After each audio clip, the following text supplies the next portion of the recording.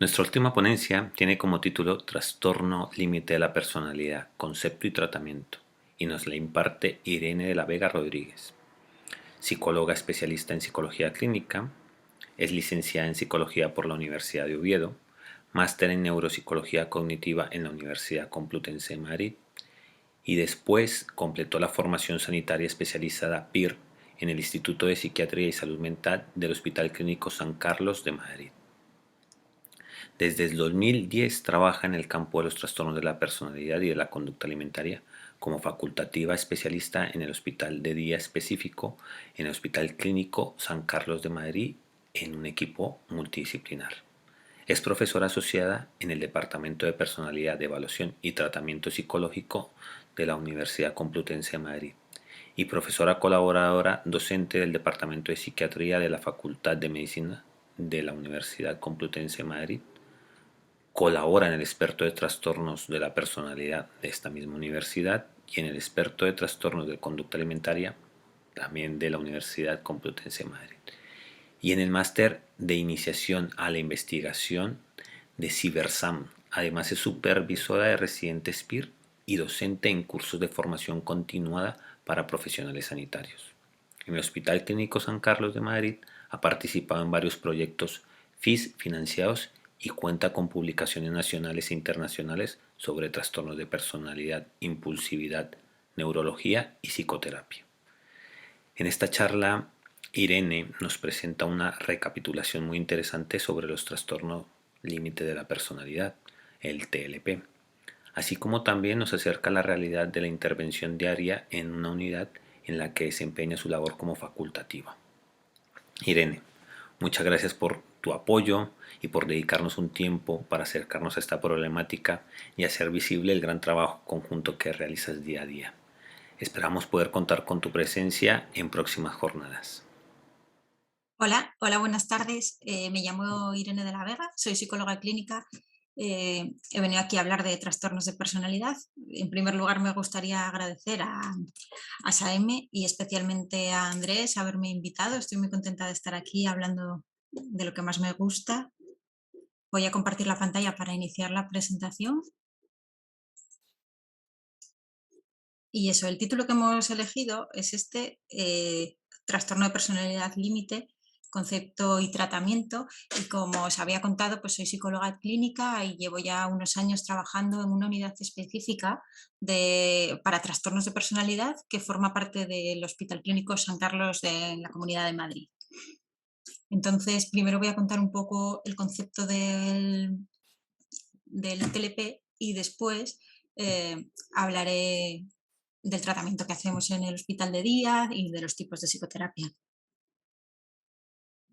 Antes de hablar de lo que es un trastorno límite de la personalidad, me gusta repasar un poco la historia del diagnóstico, ¿no? Si estuviéramos aquí hace 100 años, no estaríamos hablando de un trastorno límite de la personalidad, ¿no? Estaríamos hablando de otras cosas. Eh, las primeras observaciones corresponden a Stern, fueron en 1938. Antes se dividía a los pacientes en una división entre neuróticos y psicóticos, y él empezó a pensar que había ciertas personas que no encajaban en esta división. Bueno, sus observaciones se quedaron un poco ahí, hasta que en los años 60 hubo tres aportaciones paralelas que contribuyeron un poco a la creación del concepto. Por un lado está la de Otto Kemper en 1969, que es el que define lo que él llama la organización límite de personalidad, ¿no? Versus la organización neurótica y la organización psicótica. Dijo que habría como una organización más que se caracterizaría por una identidad débil, defensas primitivas, alteraciones momentáneas del juicio de realidad, pero sobre todo quizá la aportación principal de Kemper fue decir que había un tratamiento eficaz y específico para este grupo, porque hasta entonces como se quedaban ahí entre la neurosis y la psicosis, de ahí el nombre límite, se les dejaba un poco como sin tratamiento. También en 1968, Grinker, que era el editor de una revista muy importante, hizo el primer estudio empírico sobre pacientes límite y definió los primeros criterios científicos, muy parecidos también a los de Otto Kemper. Él hablaba del fracaso en la construcción de la identidad, de relaciones anaclíticas, depresión basada en la soledad, predominio de ira expresada. Son características que todavía hoy, con las que todavía hoy se define el trastorno límite de personalidad. Y a la vez, Ketty estaba haciendo un estudio biológico sobre la esquizofrenia y descubrió como por casualidad lo que él llamó esquizofrénicos límite entre los familiares de sus pacientes y aportó los primeros datos genéticos. Todas estas aportaciones las recogió Anderson y escribió en 1975 un artículo que tuvo una repercusión muy grande, que se llamaba Definiendo a los pacientes límite. Ahí hizo precisamente eso, definir aquello que todavía estaba, aquí había alguna observación, pero no se había recogido sistemáticamente de qué estaban hablando cuando hablaban de límite. Él hizo eso, una revisión y una síntesis de toda la bibliografía clínica relevante. También creó una entrevista para diagnosticar, que se sigue usando hoy en día, la de IB. Y esto desembocó en que finalmente en 1979 Spitzer hace un estudio de todas las aportaciones y finalmente se incluye el trastorno en el DSM de 1980. Para el que no lo sepa, el DSM, pues eso, es un manual de trastornos mentales que se usa comúnmente para diagnosticar trastornos mentales, ¿no? Para hacer un juicio diagnóstico. Es un manual americano. Eso se incluyó en el DSM-3, ahora vamos por el DSM-5, ¿no? Es un manual que se va actualizando cada poco. Y en 1980 el trastorno límite se definía como se sigue definiendo hoy mismo en ese mismo manual, con esta serie de síntomas o signos o características. Por un lado, el miedo al abandono, también las relaciones personales intensas e inestables, la alteración de la identidad, la impulsividad, los intentos o amenazas suicidas, los comportamientos de automutilación, la inestabilidad afectiva, la alta reactividad emocional, los sentimientos crónicos de vacío, la ira inapropiada o ira intensa y la ideación paranoide en momentos de estrés. Este criterio no estaba en la primera edición, no estaba en el DSM-3, pero se incluyó en las ediciones posteriores. Y los criterios diagnósticos, ¿no? Han permanecido más o menos así, bueno, han permanecido de hecho así hasta nuestros días, ¿no? Desde las primeras observaciones hasta nuestros días.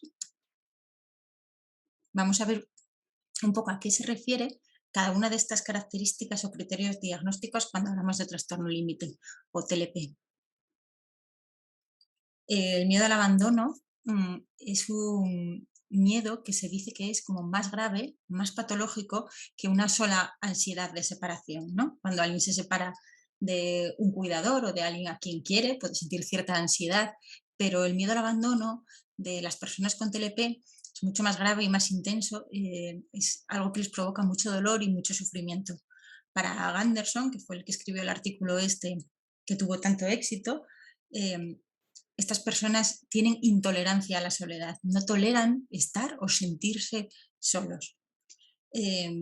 Los pacientes, las personas en general con las que trabajamos, tienen conciencia de que tienen temor a ser abandonados. Te lo pueden decir, tengo mucho miedo al abandono, pero cuando esto ocurre, o cuando imaginan que ocurre, o cuando temen que ocurre, no pueden evitar responder pasando al acto, es decir, haciendo algo generalmente impulsivo, ¿no?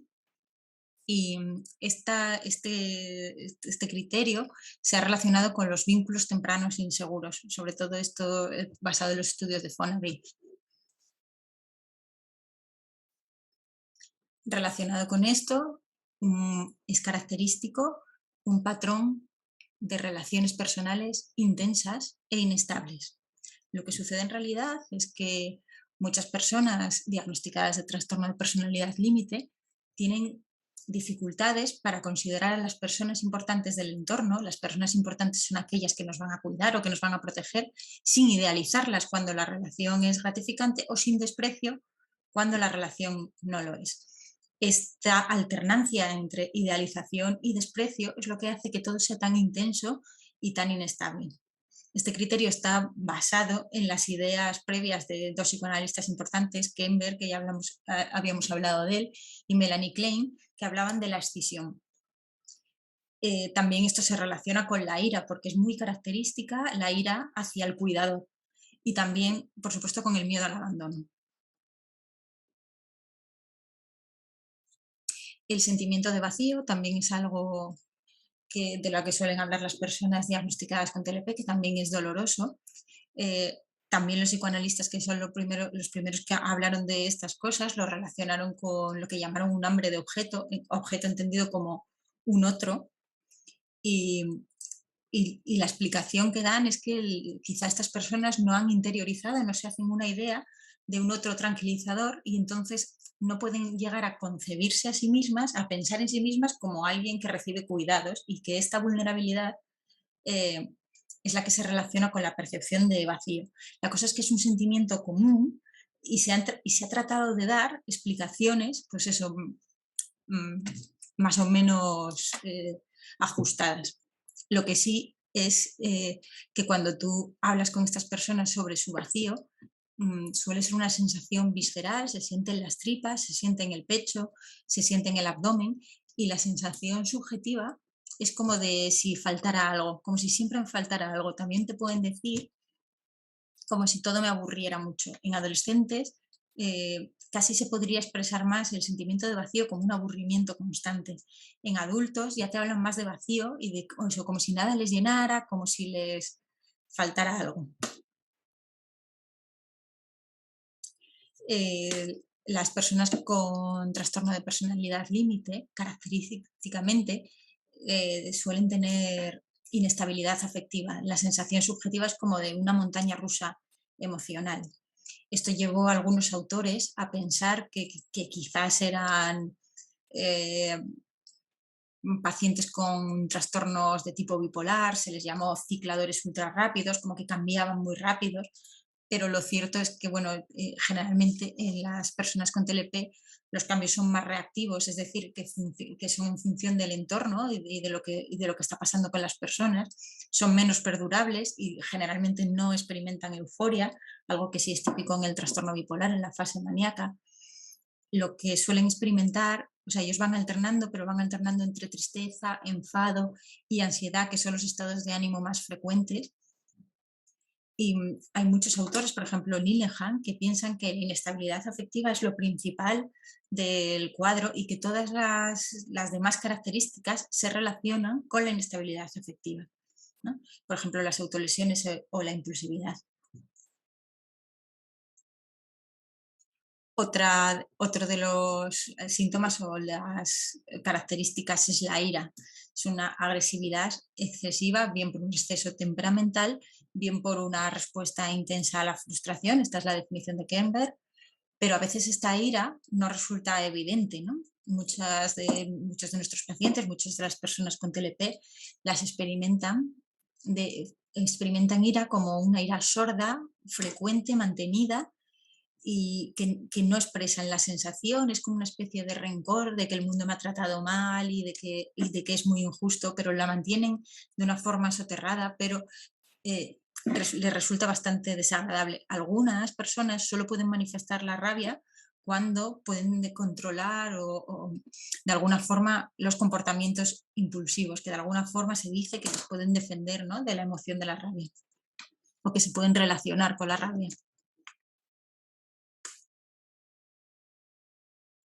Las conductas suicidas y de automutilación eh, son muy características, algunos la han llamado como la especialidad conductual, en el sentido de que es una conducta muy repetida y generalmente es el principal motivo de derivación a unidades específicas, ¿no?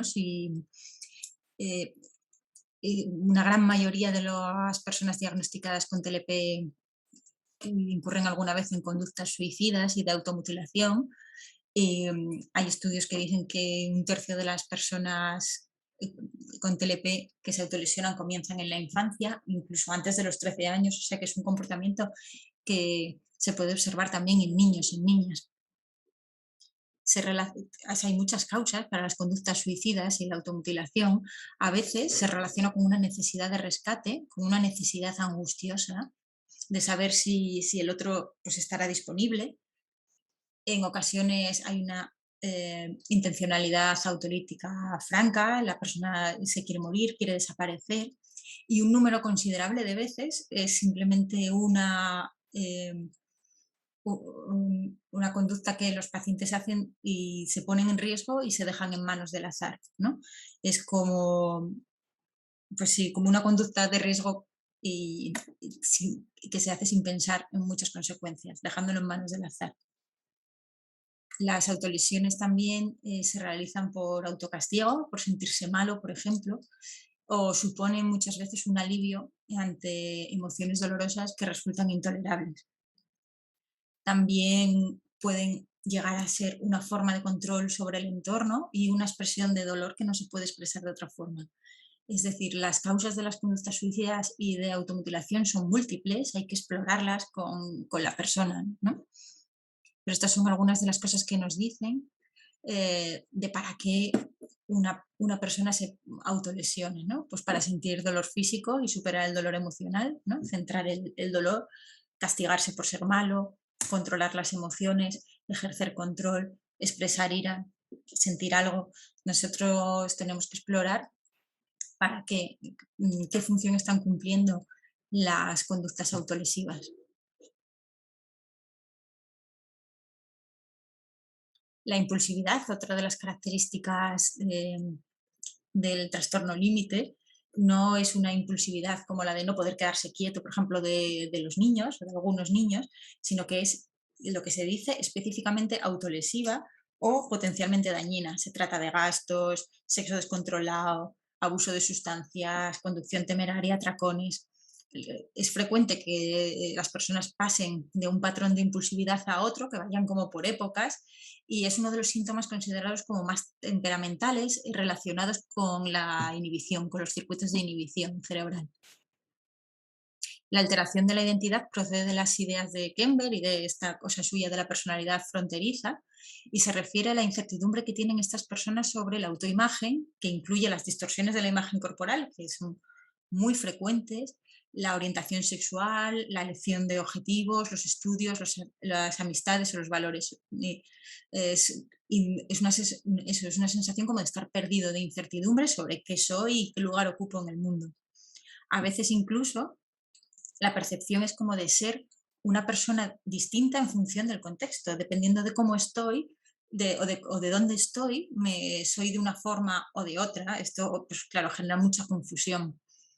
En adolescentes esto puede ser una fase del desarrollo, pero en adultos es algo más grave, es algo menos común, ¿no? Son adultos cuyos valores, hábitos y actitudes están excesivamente influidos por las personas por las que le rodean. Y esta característica se asocia a problemas en los traumas, o sea, a problemas o traumas con los vínculos tempranos. La disociación y los síntomas psicóticos, que, como dijimos antes, fue como el último criterio en incluirse. Lo primero que se describió de estos pacientes es que ocurrían regresiones psicóticas, es decir, tenían síntomas psicóticos en contextos no estructurados o sea, que eran altamente estresantes o poco predecibles.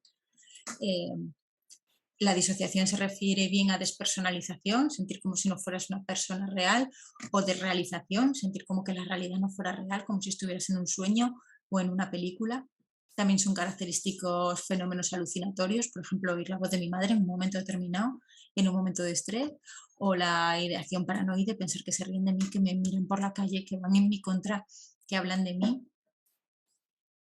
Lo característico en estas personas es que haya momentos en los que uno se disocia o tiene eh, lapsos en el sentimiento de realidad, pero que vuelvan a- a la línea base fácil, ¿no? Con un poco de feedback. No se mantienen en la disociación o en la alucinación, sino que son como pequeños momentos. Y estos síntomas, la disociación, los síntomas psicóticos, que también eso son bastante angustiosos. Son pequeños momentos, pero que quizá pueden durar horas, ¿no? Las disociaciones se relacionan, es quizá la característica que más se relaciona con la negligencia y con los abusos en la infancia y con una historia de trauma psíquico. Bien, pues una vez que hemos visto los criterios diagnósticos, vamos a hablar del tratamiento para el trastorno de personalidad límite. Voy a hablar como de solamente unas pinceladas, en primer lugar, del tratamiento en hospital de día específico, de qué se puede hacer con estas personas en un hospital de día dedicado simplemente a esto. Hablaré también de la terapia dialéctico-conductual y de la terapia basada en la mentalización, solamente unas pinceladas, que son dos de las terapias que han mostrado eficacia con esta población.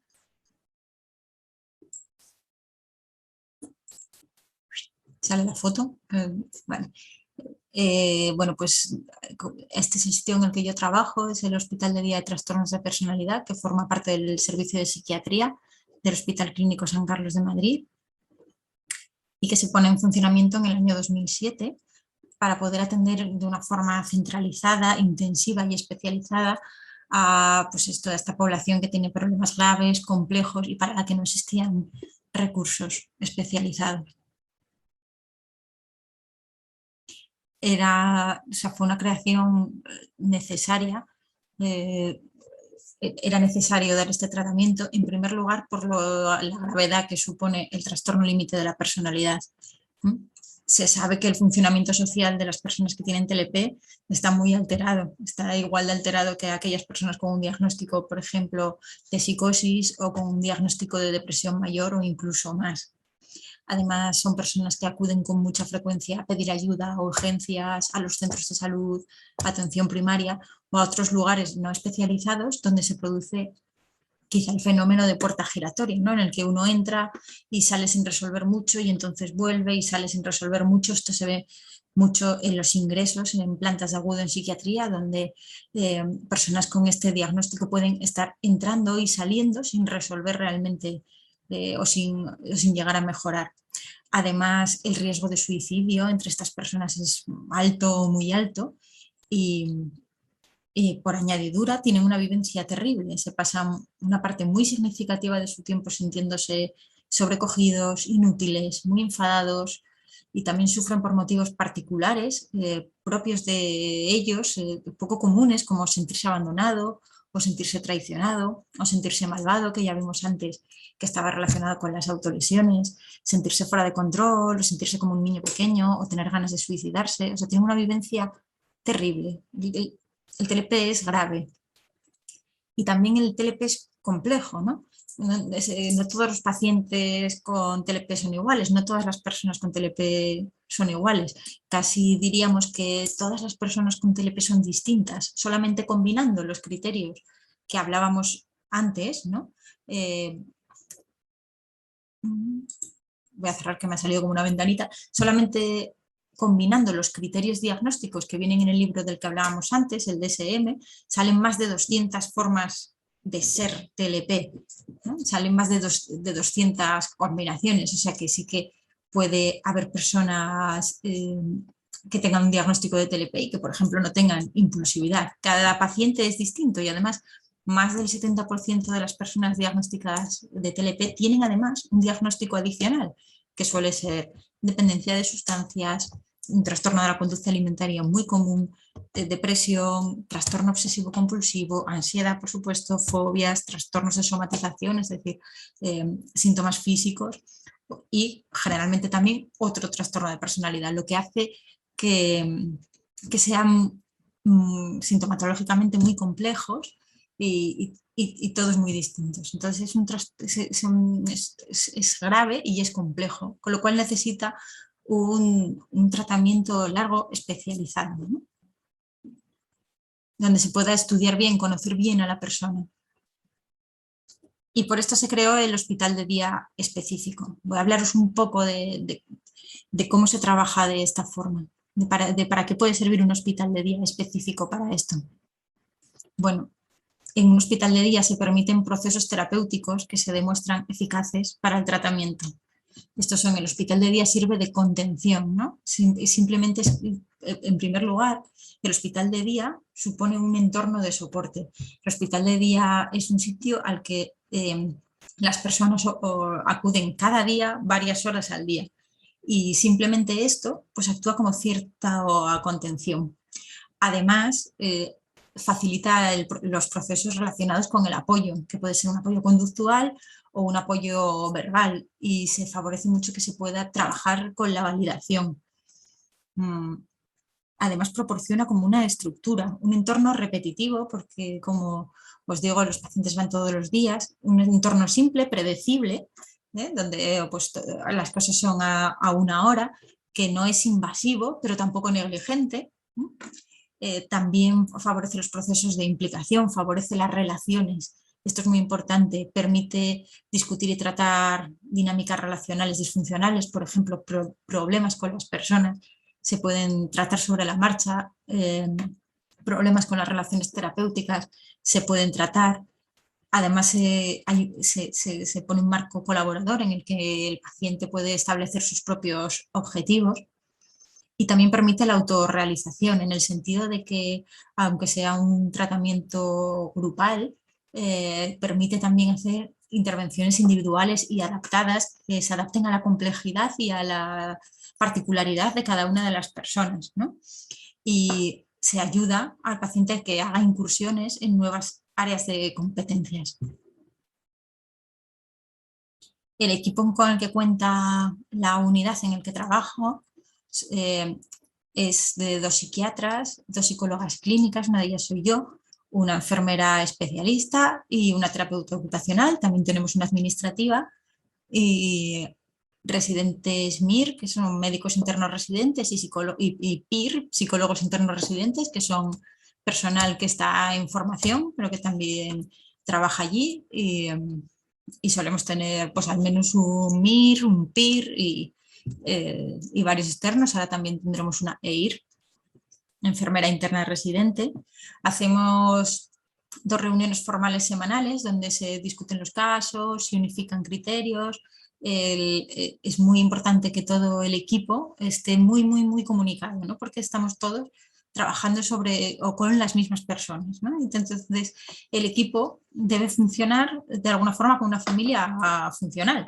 Eso, como decía, es muy necesaria la comunicación, es necesaria que se resuelvan los conflictos que evidentemente deben ocurrir, que el equipo se valide y se apoye mutuamente, que haya una sensación de equipo. Eso, debe haber un entorno en el hospital de día al que sea agradable acudir, tanto para los pacientes, las personas, como para los profesionales. Además, dado que eso es un trastorno tan grave, tan complejo, el personal debe estar suficientemente formado, ¿no?, en trastorno límite de personalidad. Entonces, que sea una unidad específica que solo reciba casos de trastornos de personalidad favorece que el personal se vaya especializando. Esto es otra ventaja de trabajar en un hospital de día específico. Solo unos datos sobre el proceso. Para entrar en el hospital de día se hace una primera entrevista que hace un psiquiatra, generalmente es un residente, una historia clínica, luego se hace una evaluación psicométrica y por último el director de la unidad toma una decisión sobre el caso, porque tenemos como varios programas, uno como de larga evolución, otro para gente más joven. Entonces se decide, ¿no?, en qué programa podría encajar mejor. Y ahí hacemos como eso, se basa en la psicoterapia, sobre todo en psicoterapia grupal, y tenemos varias intervenciones específicas. Tenemos un grupo de tratamiento basado en la mentalización, un grupo de orientación dialéctico-conductual, que este es el que hago yo, un grupo de terapia basada en esquemas, un grupo que hace nuestra terapeuta ocupacional, que se encarga específicamente de trabajar con ellos en una búsqueda de un proyecto vital, porque es uno de nuestros objetivos al alta, que después de pasar por el hospital de día, donde pueden estar, por ejemplo, más o menos un año o quizá un poco más, se enganchen a un proyecto vital También tenemos un grupo al que llamamos así informalmente asamblea, donde está todo el equipo, o estamos todos los pacientes y todos los profesionales, y estamos todos. Lo dirige el jefe de la unidad y ahí se van como revisando los objetivos individuales o grupales. Puede resultar el grupo quizá más confrontador. Tenemos también un grupo de familiares mensual, ahora no está pasando por el COVID. Y eso donde se trabaja pues, la psicoeducación, el establecimiento del vínculo con la unidad.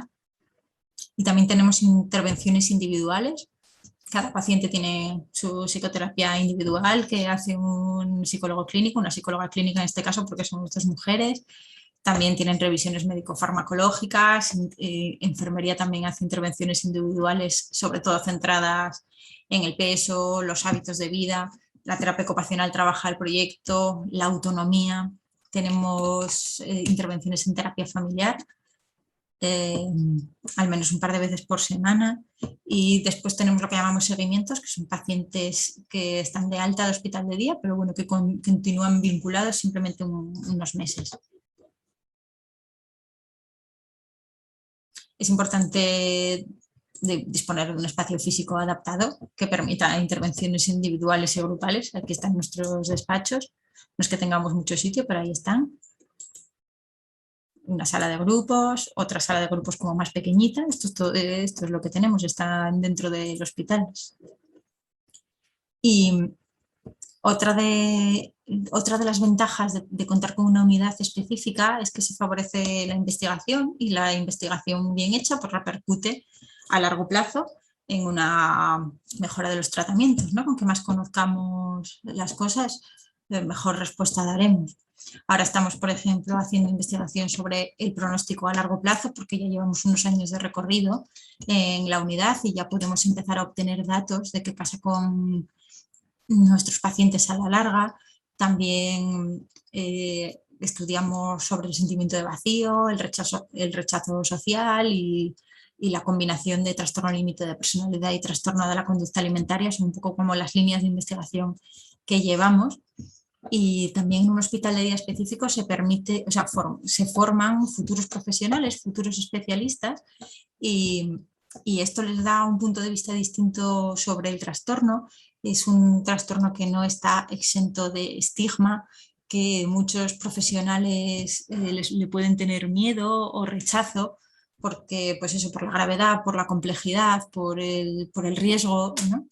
Entonces, el hecho de pasar por un hospital de día, esto nos lo cuentan mucho los residentes y yo misma cuando fui residente, te da una visión distinta de estas personas, ¿no? Te permite trabajar con ellas de una forma en la que yo creo que en otros recursos es muy difícil. Y he querido traer este texto que justo nos escribió una paciente este verano y nos leyó en un grupo, que es qué pasa qué pasa en el hospital de día cuando las cosas van bien. A lo largo de los años pues hemos tenido muchos malos momentos, pero también muchos buenos momentos y personas a las como a las que uno tiene orgullo de ver crecer, ¿no? Entonces justo este verano una de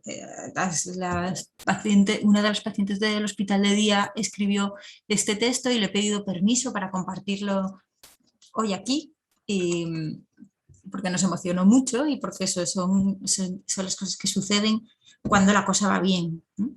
Ella nos ponía: los de blanco me dijeron que tenía que dejarlo, lo he escrito tal cual, con el lenguaje inclusivo que ella pone, aunque lo voy a leer en masculino. Los de blanco me dijeron que tenía que dejarlo, me dijeron que necesitaba cura, que estaba mal. Los de blanco me transmitieron que no era para tanto, que solo necesitaba. Los de blanco me callaron, me ataron, me obligaron, me metieron pastillas en la boca, me encerraron, me incomunicaron, me avergonzaron, me dejaron, me vejaron, negaron mi dolor. Los de blanco casi me dejan en el sitio. Ahora he conocido a otros que usan el mismo color, unos que me cuidan, me miman, me reprenden, me abrazan, me escuchan, me acercan pañuelos cuando lloro, me enseñan el sombrero que compraron ayer, me traen conchitas de la playa, me animan a que vaya yo también a buscarlas, unos de blanco que me miran y me dicen con sinceridad lo orgullosos que están de mí. He conocido unos de blanco con nombre y que también usan el mío, unos de blanco que saben que transitan a la misma altura que yo y es precioso porque eso nos permite ir hablando por el camino. Y porque aunque a veces la ruta sea muy abrupta y se me corte un poco el aire, ellos siguen recordándome que no dejo de ser, pero no que soy. Y esto refleja un poco el espíritu como de familia funcional que creo que favorece el tener un hospital de día específico, ¿no? Donde somos pocos y nos vemos mucho y hablamos mucho y nos comunicamos mucho.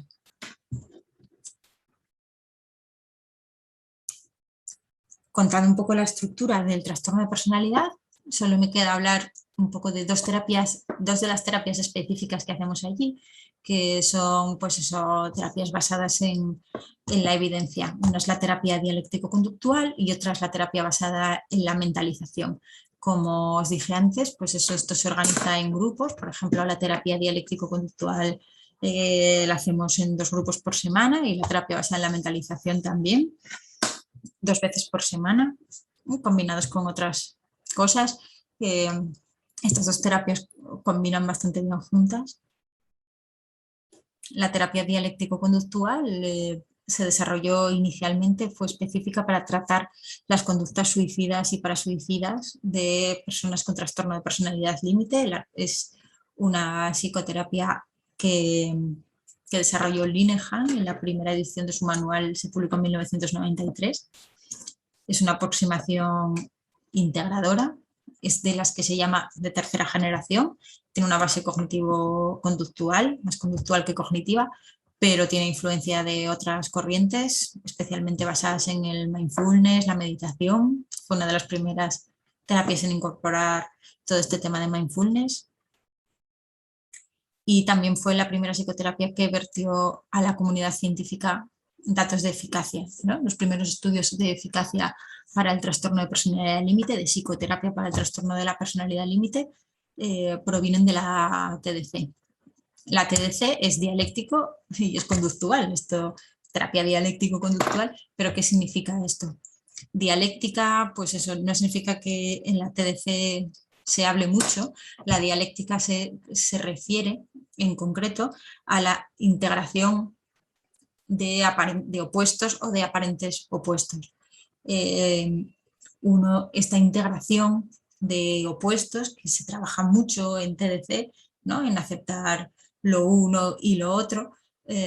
Una de estas dialécticas que tenemos que trabajar en terapia es la necesidad de aceptar, por ejemplo, la necesidad de aceptarme a mí mismo tal como soy y la necesidad que tengo de cambiar. Estos aparentes opuestos, ¿no? El aceptar que tengo que cambiar y el aceptarme a mí mismo tal como soy, es una de las dialécticas típicas que trabajamos en TDC y a eso se refiere la dialéctica, a que tendremos que estar buscando siempre el equilibrio entre opuestos, ¿no? Entre permanecer como soy y cambiar, por ejemplo.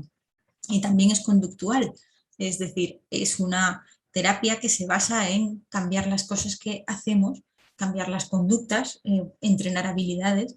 Se entiende que las personas con un diagnóstico de trastorno límite hacen las cosas que hacen, por ejemplo, una autolesión, porque no saben qué otra cosa hacer, ¿no? Y que hay que cambiar lo que hacemos, ¿no? Se busca como un cambio en la conducta que favorezca un cambio emocional y un cambio en todo lo demás. El paquete de entrenamiento original incluye un entrenamiento en habilidades grupal, una psicoterapia individual, reuniones de equipo y atención telefónica en las crisis. Este es el paquete tal como lo creó Linehan. Nosotros lo hacemos todo, pero lo integramos como en el hospital de día, menos la atención telefónica en las crisis, porque trabajamos en un hospital de día al que van todos los días, tiene un servicio de urgencias, no tenemos como un teléfono. Y sobre todo lo que trabajamos, porque además se integra muy bien con la mentalización y con todas las terapias que hacemos allí, es el entrenamiento en habilidades. Como os dije, se entiende que las personas con un diagnóstico de trastorno límite hacen las cosas que hacen porque no saben qué otras cosas hacer, así que la terapia se basa como en entrenar distintas formas de comportarse, entrenar habilidades, entrenar skills, entrenar técnicas, ¿no? Y hay 4 grupos de de habilidades, las que se llaman habilidades básicas de conciencia, que se trabaja sobre todo mindfulness, que va para los síntomas relacionados con el vacío y la identidad, las habilidades de efectividad interpersonal para todos los problemas interpersonales, relacionales que hacen tanto sufrir a estas personas, las habilidades de regulación emocional, que se trata de entender, aceptar y modular las emociones, no eliminarlas, y las habilidades de tolerancia al malestar, eh, eh, para contrarrestar un poco la impulsividad, un entrenamiento porque se entiende que los impulsos son cosas que los pacientes hacen cuando tienen un malestar que les resulta intolerable.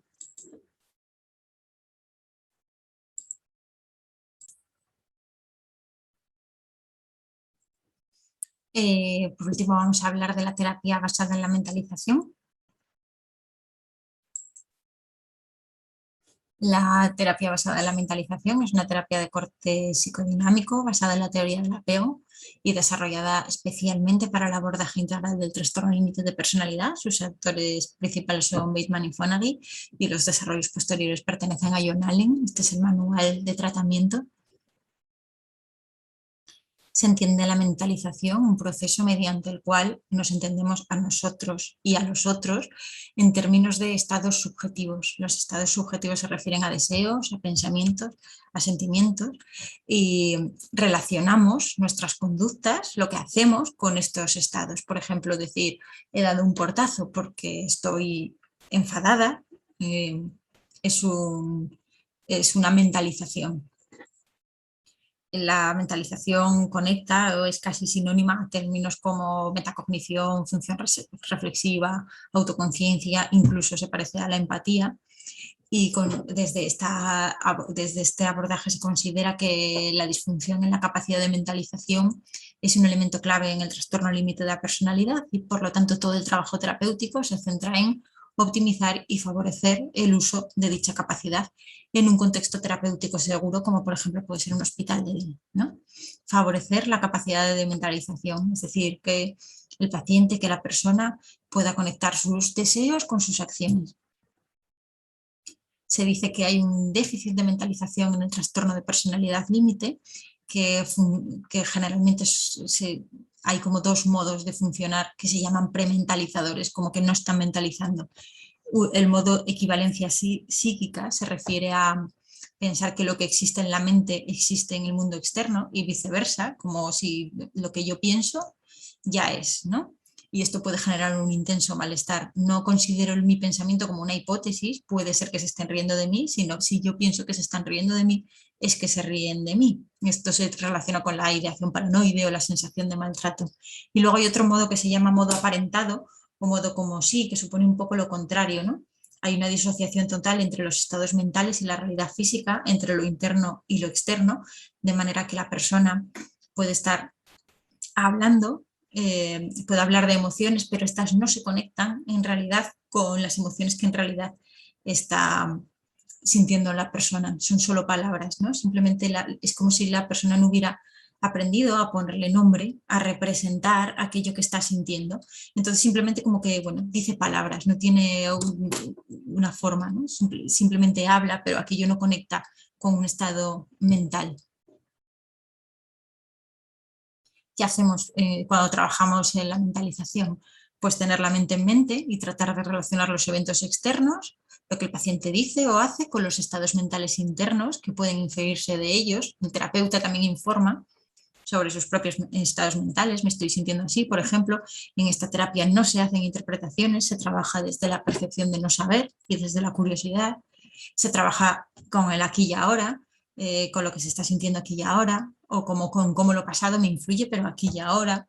Se tienden puentes entre los vacíos, eso es un trabajo terapéutico, hacer hipótesis, no interpretaciones, solo hipótesis para conectar la experiencia emocional primaria, o sea, lo que está sintiendo el paciente con lo que está pensando, y también entender los déficits del paciente, porque aunque o sea, todos los síntomas se entienden como un déficit de mentalización, aunque aparentemente sean pacientes y de hecho son pacientes inteligentes y con muchas capacidades. Todas las violaciones de los límites, todas las cosas que hacen, se entienden como un fallo en la mentalización, en esta capacidad de conectar mis acciones con la representación, ¿no? Que no se puede entender que el paciente hace, o sea, que estas personas hacen las cosas porque quieren o para fastidiar, ¿no? Sino que se entienden mejor como un déficit para conectar, un fallo en la mentalización. Bueno, esto era un poco todo, son solo dos pinceladas lo que quería decir, pero esto era un poco todo lo que quería contar, como dar una idea general de que hablamos cuando hablamos del trastorno límite y también contar un poco el tratamiento específico que hacemos y en qué se basan las dos psicoterapias principales que hacemos en el hospital de día y que se integran con todo el tratamiento multidisciplinar.